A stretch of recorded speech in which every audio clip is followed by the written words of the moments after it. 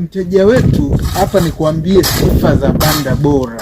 Ili upate mradi mzuri, kuku wako wafanye vizuri, ni lazima ujenge banda bora. Na sifa za banda bora: moja, ni lazima ulijenge eneo lisilotuamisha maji. Usijenge kwenye majaruba kwamba mvua ikinyesha maji yanajaa kwenye banda, hapo utapata hasara. Sifa namba mbili, jenga banda lenye nafasi ya kutosha kiasi cha kuku unachotaka kufuga. Usio unataka kufuga kuku 2000 lakini umejenga banda la kuku 1000 na ukaanza kulazimisha. Tatu, hakikisha sakafu ya banda lako iwe ni rafu, imenyooka vizuri, ili hata maji yakimwagika yanaweza yakanyonywa kwa urahisi.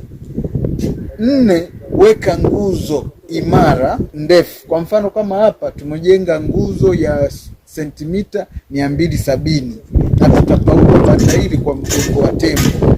Hiyo itakugarantii kuwa na kimo kirefu, hata wewe ukiwa unahudumia utahudumia vizuri.